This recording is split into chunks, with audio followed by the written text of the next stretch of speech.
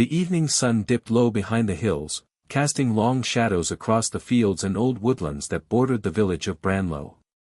Crows circled above, silent witnesses to the quiet dread that hung in the air around the old miller's barn. Few dared come near it, and those who did left quickly, muttering warnings of curses and creatures. Inside, she paced. Iron bars cold against her palms, the rust of years clinging to her skin. She wasn't born to this cage, this straw-covered filth. The foxwoman's breaths were shallow, one hand pressed to her side where a bruise blossomed dark across her ribs. Her tail twitched with agitation, its once glossy fur now tangled and dull. Her name, she barely remembered it. The villagers called her thief, monster, demon. She used to run through forests, golden fur catching sunlight like fire. Now, she rotted behind bars for the sin of hunger. The chickens had been loud. Easy prey. She hadn't meant to be seen. But they caught her. And since then, they'd kept her. Chains sometimes, cuffs others. Always the bars. Always the ridicule, the thrown scraps, the pointed sticks when she dared show her teeth. Her ears perked at a sound, boots. Footsteps, slow and steady, crunching the gravel just outside. She bared her fangs, more out of habit than threat. No one ever came alone. No one came at dusk unless they wanted to hurt her. The barn door creaked. Light cut through the dust like a blade, slicing across her bare shoulder. She pulled back into the shadows. Then the figure stepped in. Tall. Male. Human, clearly, but not like the others. He wasn't armed, and his steps were measured, careful. His face was partially obscured beneath a hood, but his mouth was set in something that wasn't quite disgust, wasn't quite fear. More, curiosity. He looked at her like someone looks at a puzzle they don't understand but want to solve. Her ears flicked. "You're the one they talk about," he said softly. She didn't respond. Words were currency, and she was broke. He stepped closer. Not near enough to touch the bars, but enough that she could smell him. He didn't reek of sweat and drink like the men who taunted her. He smelled of pine. Smoke. And something unfamiliar, foreign lands, maybe. "You're hurt." She curled her tail around her legs. Defensive. Her breasts rose and fell with every breath, and she saw his eyes linger, just a moment too long. She liked that. It was power. Small, but real. He knelt. "What's your name?" She blinked. No one had asked that in moons. When she didn't answer, he tried again. "I'm Cale. I'm not here to hurt you." Her voice was a whisper of gravel and silk. "They always say that." Cale didn't flinch. "Not me." A pause. "I know what it's like," he added. "To be seen as something less than human. To be caged in someone else's idea of what you should be." That stirred something in her. Not sympathy, not yet. But interest. He reached into his coat slowly, pulled out a flask, and poured some clean water into a tin cup. Without looking away, he slid it beneath the bars. She watched. Waited. Snatched it. The water tasted like life. "Why are you here?" she rasped, licking the last drops from her lip. "Curiosity. Pity." Cale stood. "I came to see if you're real. And now that I have." She narrowed her eyes. He hesitated, then said it, "I want to get you out." Her body tensed. Freedom. It was a word she'd stopped believing in. "You'll die," she said flatly. "They'll kill you before you get 10 feet. Cale smiled, just a flicker. "Not if they don't know." That night, she didn't sleep. She watched the shadows move across the barn, listened for his return. Her heart pounded not with fear, but something else. A flutter. She hadn't felt that in a long time. Too long. Her dreams, when they came, were strange. The man's hands brushing her skin as he broke her chains. The way his gaze had lingered. How it had made her feel. Seen. Not as a beast, but as a woman. The next night, he came again. And this time, he brought tools. It wasn't easy. The cage was built to hold creatures far stronger than her, iron bolts and magical sigils burned into the frame. Cale worked in silence, sweat rolling down his brow. She watched every motion, every flex of muscle beneath his worn tunic. "Why help me?" she asked again, this time softer. His reply came without pause. "Because you don't belong in a cage." She stared at him. "And what if I bite?" Cale chuckled. "I'll take my chances." By the third night, he'd cracked the wards. The lock groaned as it gave way. She stepped out slowly, cautiously. Her bare feet met the earth with a shiver. Freedom tasted strange. Her instincts screamed to run, vanish into the trees. But her eyes stayed on him. "You're not afraid," she said. "I should be," he replied, not taking his eyes off her. "Smart man." He smiled. They didn't go far at first. Cale had a hideout, an old hunter's cabin buried deep in the woods, masked from the eyes of men. She walked behind him, unsure if she was follower or shadow. The moonlight bathed her in silver, her furred ears twitching at every sound. Inside, he gave her space. A blanket. Food that wasn't spoiled. And privacy. But she watched him. From corners. From shadows. He never made a move, never crossed a line. And that, oddly, intrigued her more than any touch might have. The days passed. She bathed in a creek, ran her fingers through her tangled hair. Her curves were no longer cloaked in filth. She began to reclaim herself. And Cale watched. Respectfully, but not without interest. Sometimes, their eyes met. Sometimes, she let them linger. And one night, she asked the question that had haunted her since the cage. "Do you see me as a woman?" Cale didn't blink. "I see you." That was enough. For now. The fire crackled low in the hearth, casting amber light across the walls of Cale's forest cabin. It had been 4 days since she left the cage behind, 4 days of warmth, clean water, and food that didn't taste like punishment. Still, the ghost of captivity clung to her skin like smoke. She stood by the window now, wrapped loosely in a fur blanket Cale had left out for her. Her long tail flicked lazily behind her, brushing the worn wood floor as she gazed into the dark forest.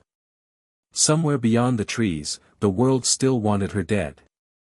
But here, she was beginning to feel something dangerously close to peace. Cale moved quietly behind her, setting a kettle on the iron hook above the fire. He hadn't asked questions. Hadn't touched her. But his eyes, always so steady, said more than his lips ever did. "You never told me your name," he said gently, breaking the silence. She turned slightly, her silhouette glowing in the firelight. "Didn't think it mattered." "It does. To me." A beat passed. "Lyra." He smiled, not broadly, but warmly. "Lyra," he repeated, as though savoring it. "It suits you." She shifted her weight, pulling the blanket a little tighter, though not out of modesty. It was the way he said it. Like she was something delicate, and not the savage thing they'd made her. Lyra. It had been so long since she'd heard her own name spoken kindly. Cale poured her tea and set it down near the fire. She didn't rush to drink it. Instead, she sat on the floor beside him, legs folded beneath her, blanket slipping slightly to reveal the curve of one bare shoulder. She didn't adjust it. Didn't need to. "You always this gentle?" she asked. Cale raised a brow. "Only when someone's been through hell." Her amber eyes narrowed, studying him. "What was yours?" He took a moment. The fire popped, filling the quiet with sparks. I was a soldier once. Mercenary, really. Did things I'm not proud of. Got tired of being someone else's weapon. Ran off into the woods to save girls in cages, she teased. Cale smirked. Not exactly. Just, couldn't walk past it anymore. Lyra nodded slowly. You're different. So are you. Their eyes met again. It would have been easy, then, too easy, for her to lean in, close the space between them. But the tension between them wasn't about ease. It was about choice. Control. After years of being touched without consent, groped, grabbed, degraded, she liked that Cale waited. She liked that he didn't try. It made her want him more. The next day, they went hunting. Lyra moved like a shadow, barefoot through the underbrush, her senses sharp. Her human shape belied the instinct still burning beneath her skin. She caught 2 rabbits before Cale even strung his bow. He laughed when she dropped them at his feet, proud and playful. Show off, he muttered. Just efficient, she purred. He looked at her then, really looked. The sun through the canopy made her hair glow like wildfire. Her hips swayed naturally when she walked, her bare legs dappled with dirt and sunlight. Cale swallowed, turned away quickly, but not before she noticed. Careful, she said with a sly grin. You keep looking at me like that, I might start thinking you're interested. Cale stopped. Turned. I am. It wasn't lust in his tone, not only lust, anyway. It was something more dangerous. More intimate. And it scared her. Not because she didn't want it. Because she did. That night, she wore nothing beneath the blanket. She lay on the small bed in the cabin's corner, pretending to sleep. Her breathing was even, but her tail twitched slightly, betraying her thoughts. She heard Cale moving across the room, setting his gear down, stripping off his shirt. She peeked. The firelight caressed the ridges of his torso, painting gold onto muscle. His scars told stories she wanted to hear. She imagined tracing them. Slowly. With her tongue. She bit her lip. Cale didn't approach the bed. Instead, he lay on the floor beside it, on a makeshift mat he'd built himself. It was noble. It was maddening. She waited. Then whispered, "You don't have to sleep down there." Cale didn't move right away. "You sure?" he asked. She rolled over, pulling the blanket aside just enough for her bare thigh to catch the firelight. "I wouldn't ask if I wasn't." He stood slowly, cautiously, not like a man claiming something, but like a man offered something sacred. She made space. He lay beside her. And for a long time, that was all. Just breath and silence and heat. The tension between them buzzed like the hum of the forest, alive and electric. Then she shifted. Turned to him. Her hand found his chest, warm, steady. "Cale." His eyes met hers. "I'm not broken," she said softly. "Just, cracked in a few places." He brushed her cheek with a calloused thumb. "Then I'll be gentle." And when he kissed her, it was not the rough, taking kiss of a man who'd waited too long. It was slow. Patient. Reverent. She melted into him. Her tail curled around his thigh, her body pressing flush to his. She guided his hand to her waist, then higher. Her breath caught as his fingers traced her curves, worshipful, never rushed. He let her lead. And for the first time in years, she was touched not as a possession, but as a woman. They didn't speak of it the next morning, but everything had changed. The air between them was warmer, closer. When Cale brushed her back with his hand while she cooked, she didn't pull away. When she curled into his lap beside the fire, he held her with arms that felt like home. But peace, she knew, never lasted long. Not for people like her. Not when men in the village were still whispering of monsters.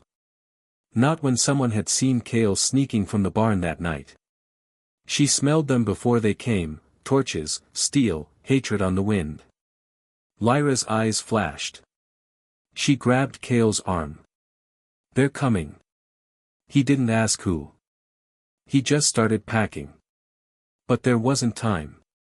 By the time they reached the edge of the trees, torchlight danced among the trunks. "They won't stop," she said. "Even if we run." Kale looked at her. "Then we stop them." She looked back at him, fierce and wild and radiant. And smiled. The night had teeth. The torches swayed between the trees like fireflies with murder in their hearts. Men shouted orders in the distance. Dogs barked, loud, close, hungering for the scent they now carried on the wind. Lyra's body vibrated with instinct. Her claws, usually retracted and hidden, now tingled at the edges of her fingertips. Her tail coiled tightly behind her, every nerve on alert. She pressed her back to the rough bark of an old pine. Kale crouched beside her. His breathing was steady. His hand on the hilt of his blade was still. But his other hand, that hand reached for hers. And she let him take it. "They'll fan out," she whispered, low and growling. "One sniff of my scent and they'll know we're close." "Then we move," Kale said. "Now."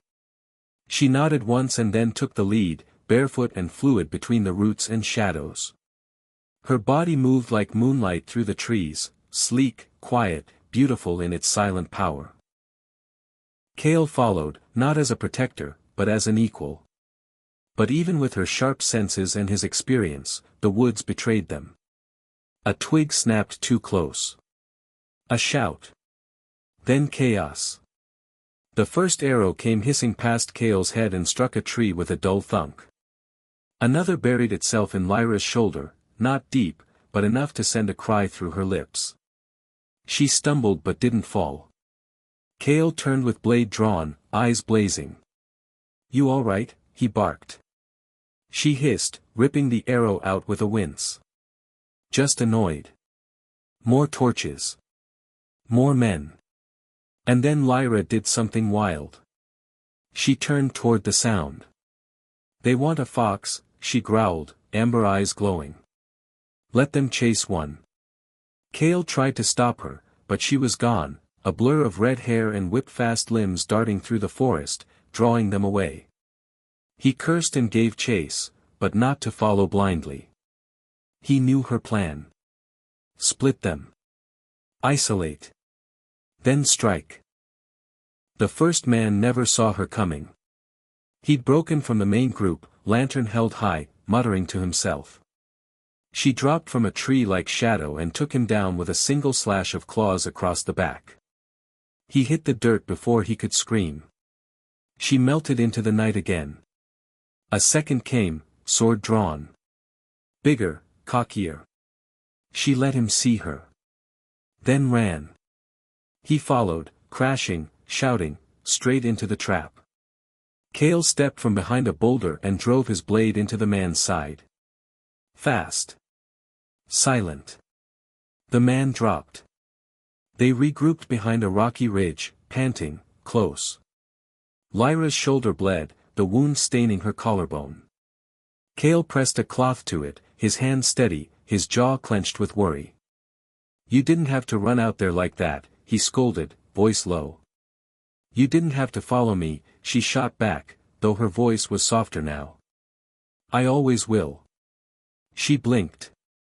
Something in her chest stuttered. Kale finished tying the cloth and didn't move away. His hand lingered on her waist. She didn't push him off. Her breath was shallow, not from exertion now, but from proximity. Their faces were inches apart. "I could kiss you right now," he murmured. She smirked, bold despite the blood on her skin. "Then what's stopping you?" He didn't need another invitation. The kiss burned hotter than the fire in the cabin. Out here, with the scent of danger still in the air, it was feral. Hungry. No longer gentle, not like the first time.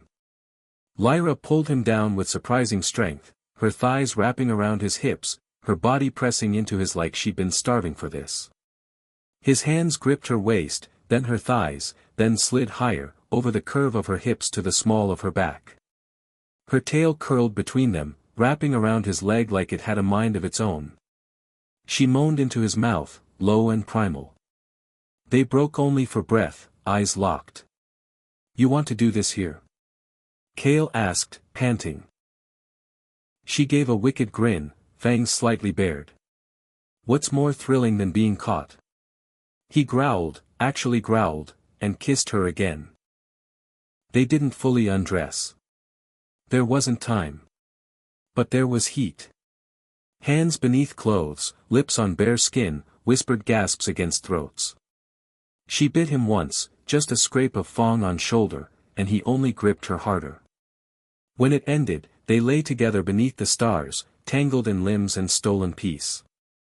She laughed softly. "What? I never thought I'd feel this again," she whispered. "Desire. Choice." He brushed her cheek. "You always had choice. They just tried to take it from you." She stared up at the sky for a moment, then turned back to him. "You know they'll send more." "I know. You'll stay with me?" Cale leaned closer.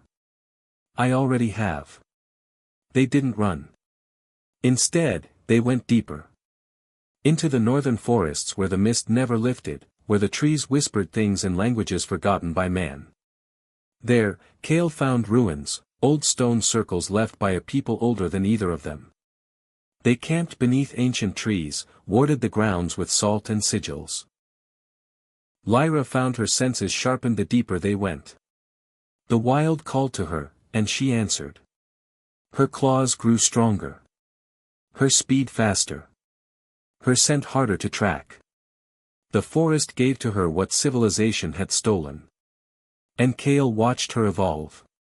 Some nights she danced in a clearing, naked under moonlight, her body slick with sweat, her hair wild, her laughter echoing like a songbird's cry. He watched, enraptured. She'd pull him to her. Always. And he'd go willingly. But peace was never meant to be forever. Not for them. One dawn, Cale found strange tracks near the perimeter. Not boots. Hooves. Something heavy. Something unnatural. Lyra joined him, her nose twitching. Not human, she muttered. No. Worse. A new threat. And they would face it together.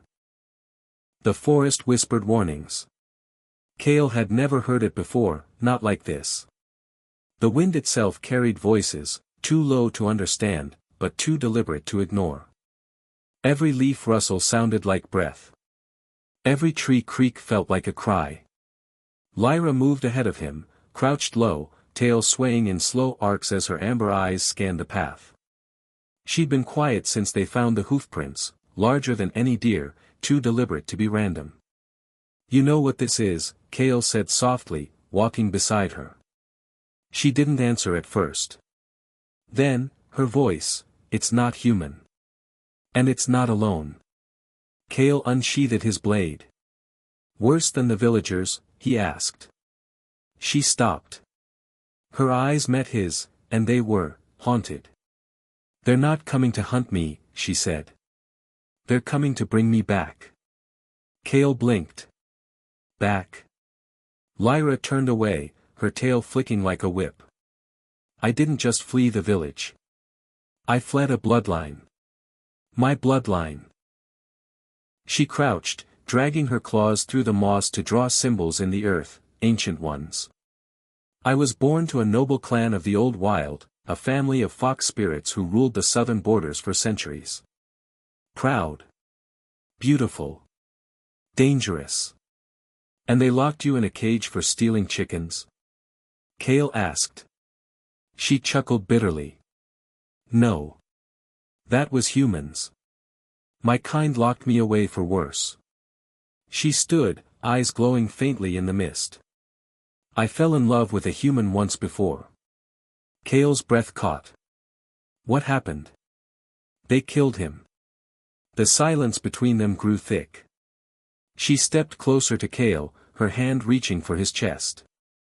That's why I ran. That's why I hid. And now, they've found me. Cale didn't flinch. Then we make sure they don't take you. She looked up at him, fierce, wild, and vulnerable all at once. You'd fight them? My kind? For me? I'd fight gods for you, he said simply. The fog thickened by nightfall. They returned to the stone circle. An ancient grove Lyra had discovered weeks earlier. It was a place of power, older than even her lineage. She whispered old words, lit old fires. Runes carved into the stones began to glow. Cale stood nearby, sharpening his blade, his eyes never leaving her. Lyra moved like a spirit, barefoot, wearing a flowing wrap that clung to her curves as she danced around the flames. Not a performance. A rite. Her body painted with ash and runes, her eyes half-lidded in trance. Cale had seen her fierce. He had seen her playful. He had seen her breathless with desire. But this was divine. The way her hips rolled as she spun. The curve of her waist gleaming in firelight. The tail swishing rhythmically behind her, punctuating the ritual with primal grace. And all the while, Cale could feel it, magic building. Not just in the air, but in his blood. The fire rose. And from the fog beyond the circle, came the growl. Low. Rumbling. Not canine. Not feline. Something worse. Lyra froze mid-turn, her eyes wide. They're here. It stepped through the mist like a nightmare made flesh. A horned figure, twice Cale's size, clad in black armor fused with bone. Its face was a fox's, stretched, ancient, and snarling, but twisted with time and power. Its eyes glowed violet. Lyra. The voice was in her mind, not her ears. Daughter of flame. Child of our house. Return to us. Cale stepped forward, sword raised. She's not going anywhere. The creature ignored him. You bring shame to your line. Lust with mortals. Breed with them. Contaminate the blood. Lyra's voice shook. You lost the right to command me when you let them kill him. Cale's grip tightened. The beast circled the stone ring but did not enter. Your magic is weak. Your human lover weaker. Then Cale did something unwise, and brave. He stepped into the circle with Lyra, took her hand, and kissed her. In front of the beast. Lyra gasped, not from the kiss, but from the reaction. The stones pulsed. The flames flared. The runes on her body shimmered. And her power surged. Cale staggered back, shielding his eyes. Lyra rose, hair whipping wildly, fire curling around her feet. Her tail glowed with threads of light, her form luminous, seductive, dangerous. The beast snarled. You've bonded, it hissed. You've awakened it. Cale looked at her in awe. What did we awaken? Lyra's voice was both hers and something more.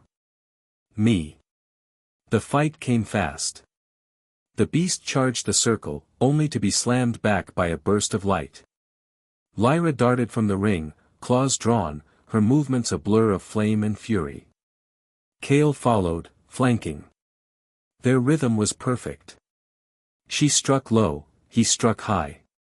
She ducked behind him, he blocked, parried, lunged. But the beast was old. Strong. Its claws raked Cale's side, drawing blood. Lyra screamed. In a flash, she was on the creature, biting, tearing, glowing with wildfire. Her fangs sank into its throat. Her tail whipped like a scythe. And when she finally stood over the corpse, her chest heaving, her body covered in blood and embers, she looked at Cale like a storm. He stumbled, falling to one knee. She was at his side in a second. "No, no, you're hurt." Kale smiled through the blood. "Just a scratch." She glared. "You're bleeding like a stuck pig. Still not as bad as that chicken you stole." She laughed, choked and wet with emotion, and kissed him again. That night, they didn't return to the cabin. They stayed in the circle, surrounded by the scent of smoke and earth. Kale sat by the fire, shirtless, his side bandaged, his body gleaming with sweat. Lyra curled beside him, her tail coiled around his waist. "I'm not going to run anymore," she said. He looked down at her. "Even if more come?" She traced a scar on his chest with one clawed finger. "They can come. I'm done hiding." "And what about us?" Kale asked. "What are we now?" She climbed into his lap, straddling him, her body pressing against his, all warm curves and raw power. "We're fire," she whispered. "We burn." And then she took him, slow, reverent, wild, beneath the stars. The world changed after the beast's death. It didn't happen all at once, the air didn't rip open, and the forest didn't weep. But Kale could feel it. The trees watched. The ground pulsed. The bond between him and Lyra now thrummed like a second heartbeat. She was stronger. Not just in power, though her abilities had clearly grown, but in presence. She walked differently now. Straight-backed, commanding. Her eyes still flickered with mischief when they made love in the safety of their new forest sanctum, but something deeper shimmered behind them now. She was no longer hunted. She was becoming queen of the wild. But even peace, earned through blood, had its cost. 3 days after the beast fell, Lyra awoke in a cold sweat. Kale was already up, sharpening his blade, his bare chest glistening with dew. She sat up in their makeshift bed of furs and moss, tail twitching violently. "It's not over," she murmured. Kale looked at her, eyes narrowing. "You feel something?" She nodded. "The balance broke when we killed the hunter. My clan, they felt it. The magic we unleashed. They're sending more." "Another beast?" "No," she said. "Something worse." They traveled deeper into the woods, to a place even Lyra had only heard of in whispers.